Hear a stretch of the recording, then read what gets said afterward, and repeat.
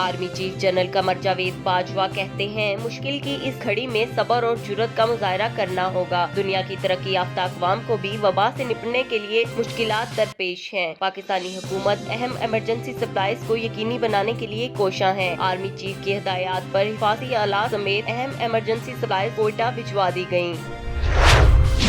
Corona के बाइस कैदियों की रिहाई से मुतल्लिक हाई कोर्ट के अहकामात कालादम करार। सुप्रीम कोर्ट का रिहा किए गए कैदियों को फौरी दोबारा गिरफ्तार करने का हुक्म। अदालत ने अटॉर्नी जनरल की तजावीज मंजूर कर ली। संगीन जुराइम, नैब और मंशियात के मुकदमा में जमानतें मंसूख।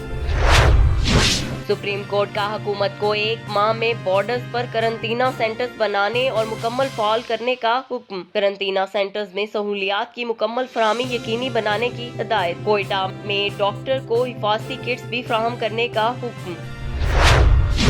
पाकिस्तान में कोरोना के मुकामी केसेस की तादाद बढ़ने लगी। नेशनल कमांडर ऑपरेशन सेंटर के मुताबिक कोरोना के लोकल केसेस की तादाद 41% हो गई। 59% मरीज दूसरे मुल्कों से पाकिस्तान पहुंचे थे। वफाकी वजीर असद उमर की सरबराही में national command and operation centre का इजलास। कोरोना वायरस की सूरत हाल का जायजा लिया गया।